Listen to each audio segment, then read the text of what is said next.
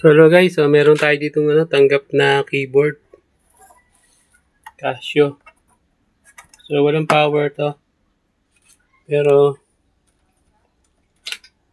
buo yung adapter. So may power tong adapter. Pag salpak dito is wala siyang power. So bubuksan natin to. Check natin yung loob.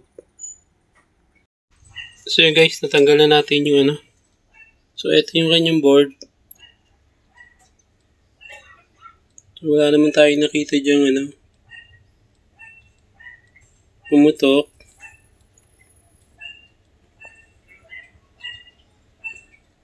So okay naman ang appearance. So wala naman tayo nakita dito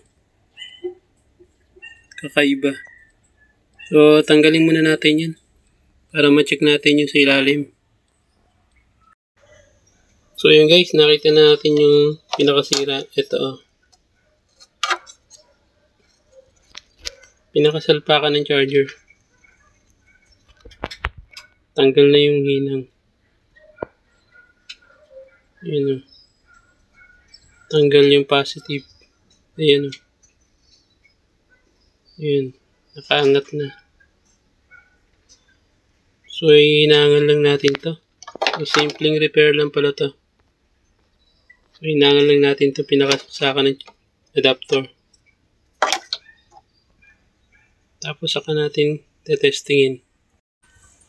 So yun guys, nahinangan na natin yan. Okay na pala natin. Para wala na talagang loose contact yan. Yun, tetesting na natin yan.